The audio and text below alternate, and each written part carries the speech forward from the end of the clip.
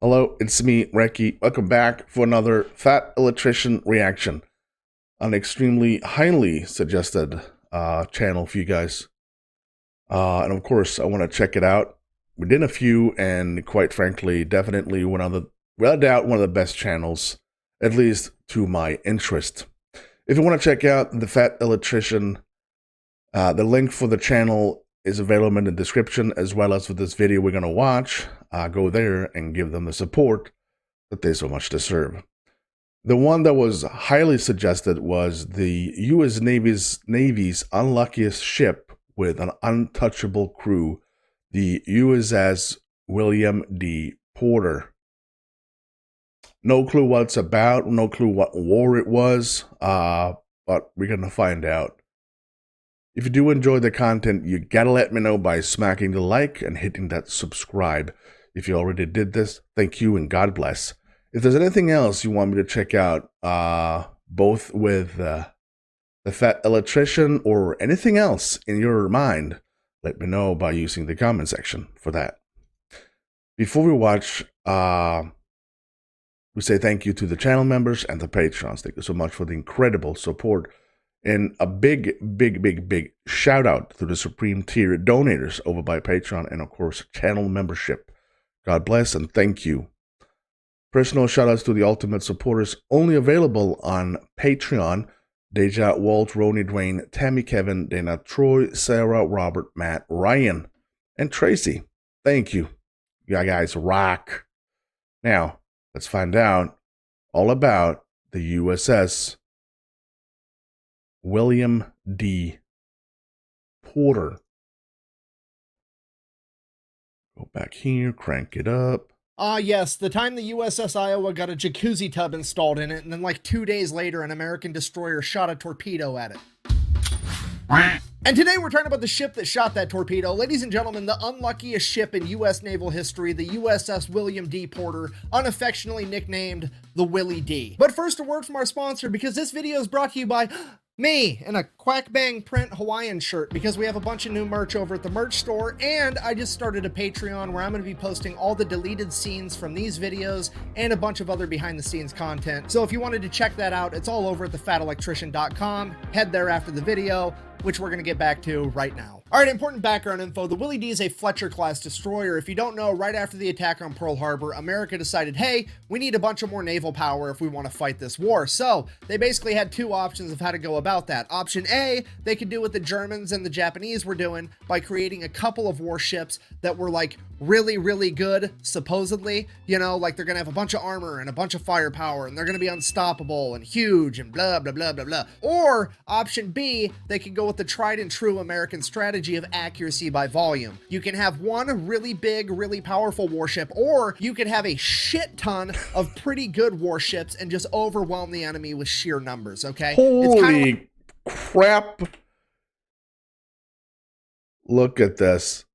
Oh my days. If I were enemy, I would just swim down to the bottom and pray. A shit ton of pretty good warships and just overwhelm the enemy with sheer numbers, okay? It's kind of like that decision that you make at 2 a.m. when you're drunk and you call Domino's and you're like, hey, can I get a large pizza? And the guy on the other end of the line is like, yeah, I can give you one large pizza, or hear me out, I can give you like 57 medium pizzas for the same price. America's picking the 57 medium pizzas every time. Okay, if you're not picking up what I'm putting down, the Fletcher-class destroyer is quite literally the Sherman tank of the ocean, okay? America built a ton of them. Which, you know, good, that's a great strategy. The only problem with making a bunch of new warships, though, is that you're gonna need a bunch of new sailors, and new sailors don't always have a ton of experience, and that is where the story really begins. So, once upon a time, July 6, 1943, the USS William D Porter gets commissioned and put into service. We now have a brand new warship being crewed by presumably a bunch of rookies. And they're in need of their first mission. It's probably going to end up being something pretty easy, you know, where all the new guys can get their feet wet,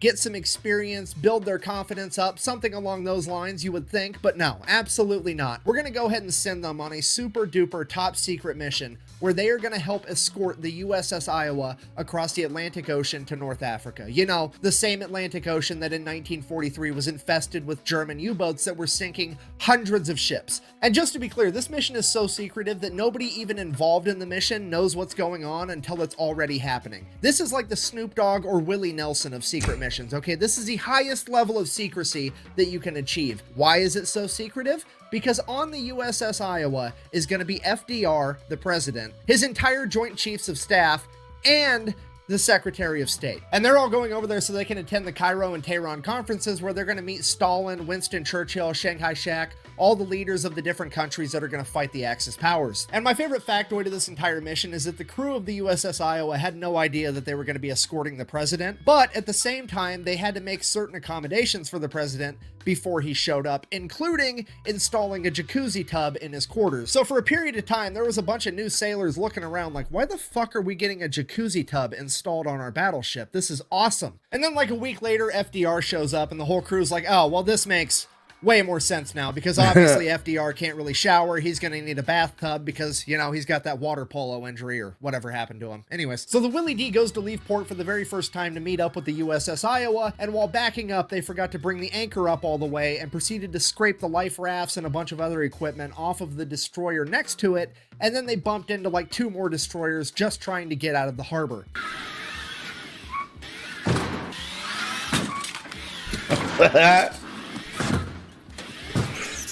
So they set out on this super secret mission escorting the president across the Atlantic. It's the USS Iowa being escorted by 3 destroyers, including the Willie D, and 2 escort carriers. Now, while they're traveling, they have to have complete silence to be as quiet as possible to not get detected by U-boats, and that includes not using the radio. Absolute radio silence. You have to communicate using signal lamps instead. So fast forward, we're like 24 hours into this 8-day-long mission. Everything is going great. Then suddenly they hit a rough patch of ocean, and the Willie D apparently didn't strap down all of their depth charges, and one of them just rolls off the ship into the water and fucking explodes.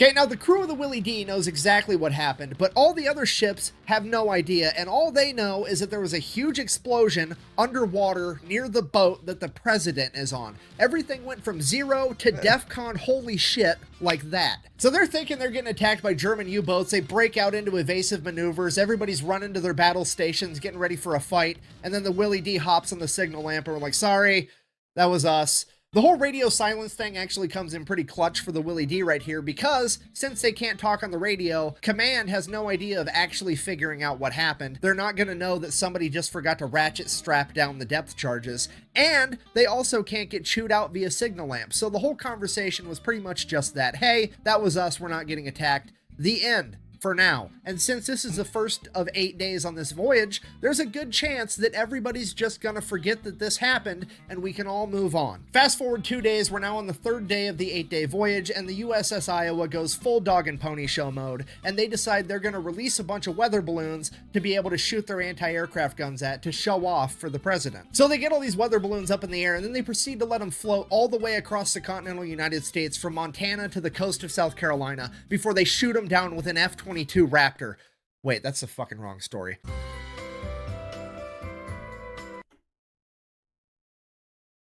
Yeah. Raptor?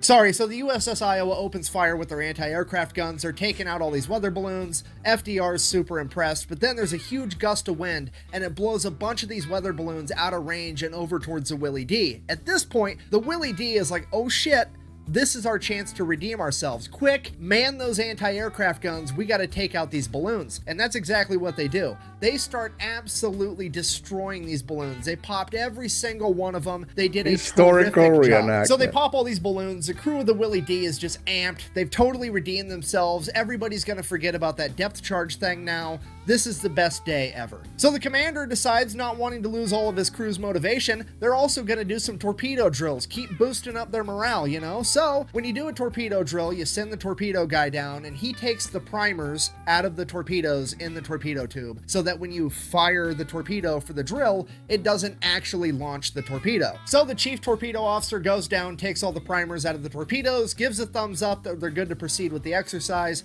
The commander of the Willie D then picks a target. Now, bear in mind, he's trying to improve his men's confidence and morale, and what are you gonna do if you want them to score a hit? You're gonna aim for the biggest target, right? Give them the biggest. He's not. No.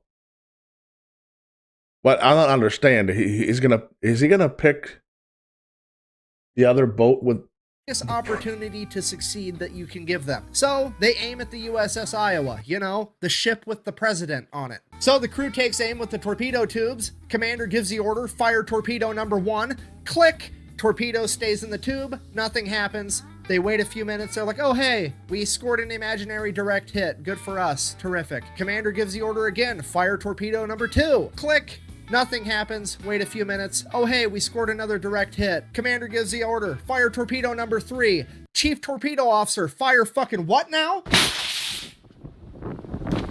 The Willie D has now just fired a live torpedo at the President of the United States, and they have anywhere between 3 and 5 minutes before that thing hits the USS Iowa. What do?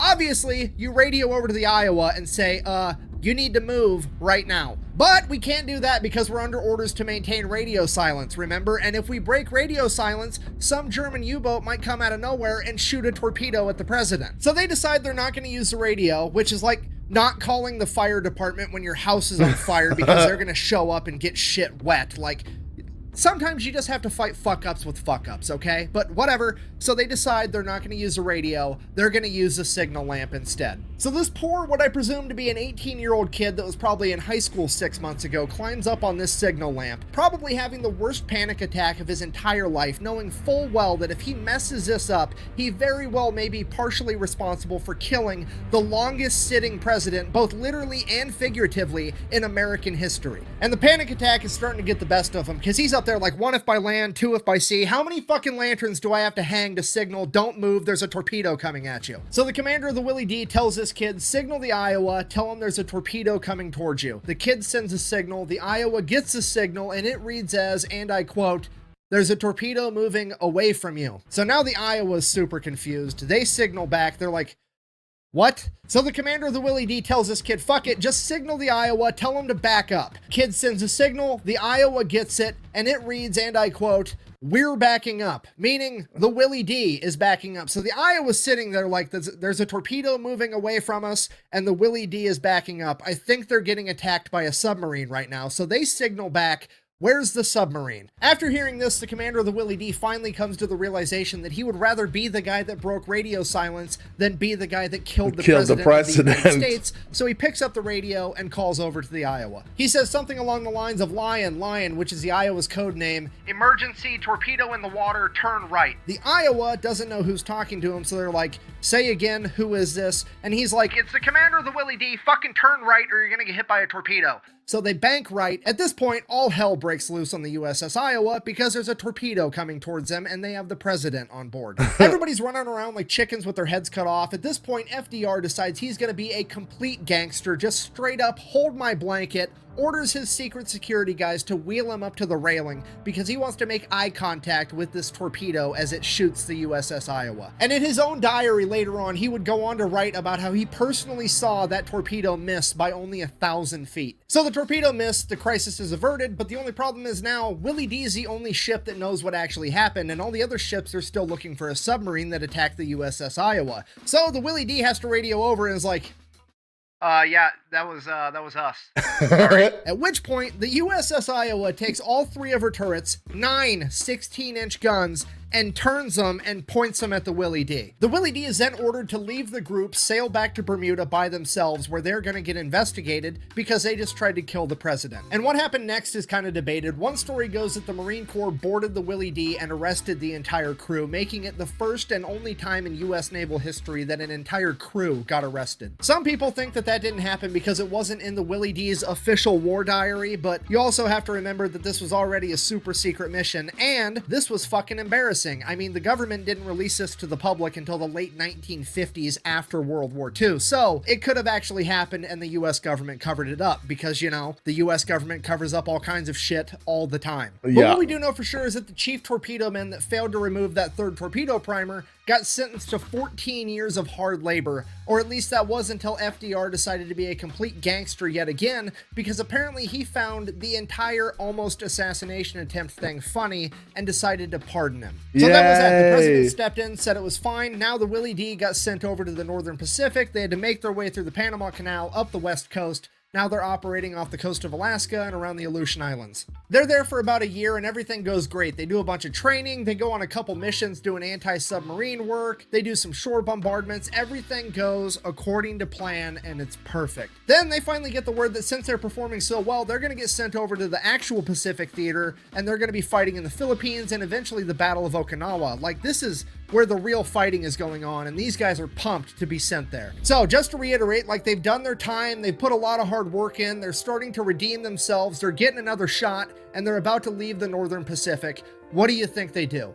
They throw a party, obviously, break out the booze. We're gonna have one big party before we actually go off to war. So they all get hammered and somebody has the bright idea, you know what we need? Some fireworks. Load a round in one of the 5-inch guns, we're gonna fire it. And that's exactly what they do, and sure enough, that 5-inch shell makes its way to land, and not only does it hit land, it hits the military post that they were operating out of, and on that military post, it landed in the front yard of the commander's house while he was having a party full of all the other high-ranking officers.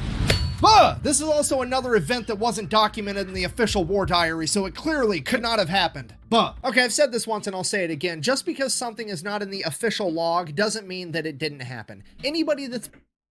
How can you make a lucky U.S. Navy's unluckiest ship with an untouchable crew?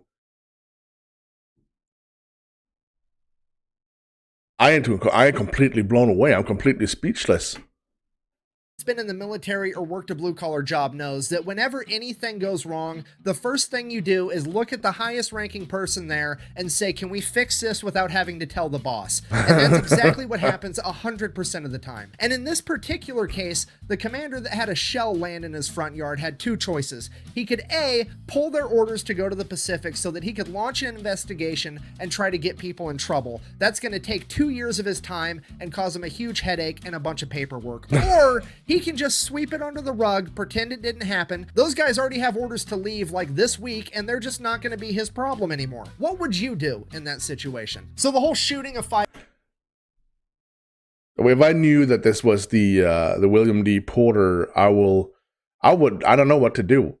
I would probably laugh at it, but I would pretty much be completely engulfed with rage and call them complete morons. Think before you act. Think before you speak. Get the hell out of here.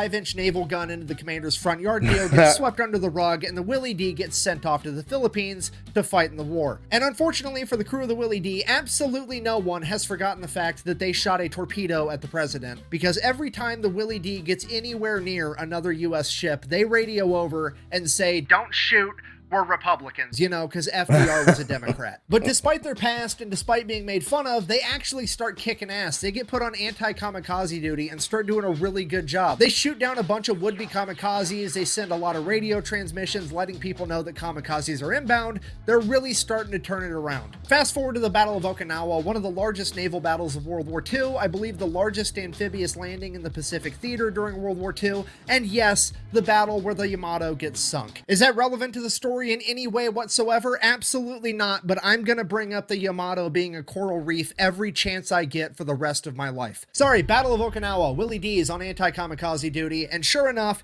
here comes a kamikaze. But unlike usual, it's not trying to fly past the Willie D to make it to the more valuable ships. No, this kamikaze is coming for them. Now, I've heard conflicting accounts as to what type of plane this kamikaze was. I've heard that it was either an Aichi-style dive bomber, commonly referred to as a VAL, or a Mitsubishi Zero. Now, I don't know why they called the dive bomber a VAL, but I believe they called the Mitsubishi a Zero because zero was the numerical representation of how many times these planes made a successful landing on average. Either way, it's coming right for them. So they open fire with the anti-aircraft guns. They end up shooting the plane down right in front of them. The plane sinks underneath the water. The day is saved. Hooray. Or so they thought, because the kamikaze apparently hit the water at the angle it was diving at. It then sank below the water and continued to glide until it got underneath the Willie D and then blew up, breaking the back of the entire ship and causing it to sink over the course of the next 3 hours. The entire crew was forced to evacuate. Thankfully, all of them made it out okay. All right, now let's recap, because everybody refers to this story as a story of the Willie D, the U.S. Navy's unluckiest ship. And it is. It was crewed by young men from the very beginning and experienced mishap after mishap, and would ultimately meet its demise after getting blown up by a plane that was underwater that it had already shot down. If that's not unlucky, I don't know what is. However, I would also like to put forward that this has probably been the story of the US Navy's luckiest crew, because nobody else has done this much dumb shit and never had to face consequences for it. Leaving port for the first time, they backed into multiple other warships. Nobody cared. 24 hours into their first mission, they dropped a depth charge when they were supposed to be being quiet, and everybody seemingly forgot about it because it got overshadowed by the fact that they shot a torpedo at the President of the United States. Then, when they were about to face consequences for that, the President stepped in and pardoned them. Then, they went ahead and shot a 5-inch artillery shell into the front yard of a base commander's house while he was having a house party full of a bunch of other high-ranking military officials, meaning that that is now 2 almost accidental assassination attempts on high-ranking people in the span of a year, but that just got swept under the rug, no big deal. Then, when they finally get their shit together and start turning it around